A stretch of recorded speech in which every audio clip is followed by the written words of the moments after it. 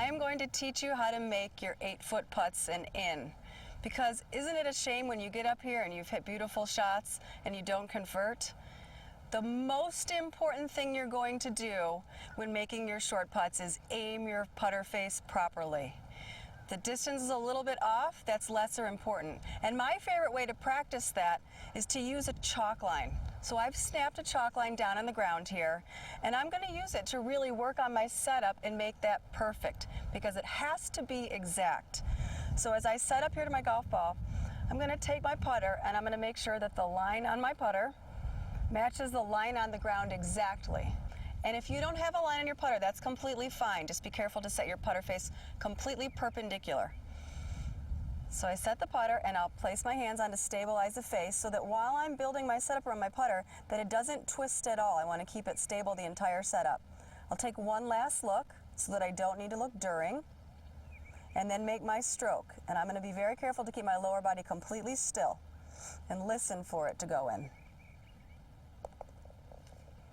So once I feel like I'm pretty confident aiming my putter face well, now let's talk about how you would put that into play on the golf course, because how many straight putts are there? There aren't a lot, are there? We're lucky to find one and we're almost shocked when we do.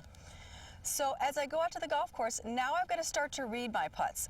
And to be completely honest with you, if I just look at the line, I don't see it either. So what I've started to do, and use for my students as well, is divide the putt into sections. And the longer putts you divide into more sections, but we're dealing with an 8-footer here. So I'm going to divide it into 2 4-foot sections. I'm going to divide it right in half. And what I'm going to do is I'm going to compare the left side to the right side. So I look at my first section, which is right here, and I'm going to look about 5 feet left of the hole to 5 feet right of the hole. And when I do that, I see the left side is a little bit higher, not a lot, but enough to take note. The second half, the second 4 feet, I'm going to do the same thing. I'm going to look at the left side and the right side. And when I do so, I see the left side is also a little bit higher.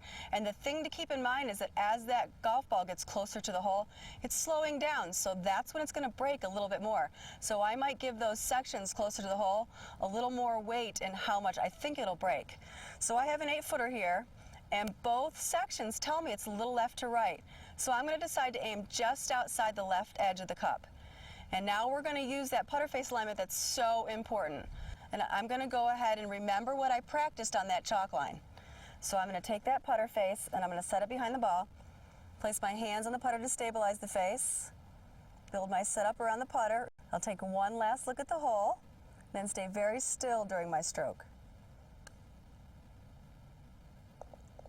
So remember, if you learn to aim your putter face properly and you can stay still during your motion, you're going to make so many more putts and your scores will come down and you'll have a great time on the golf course.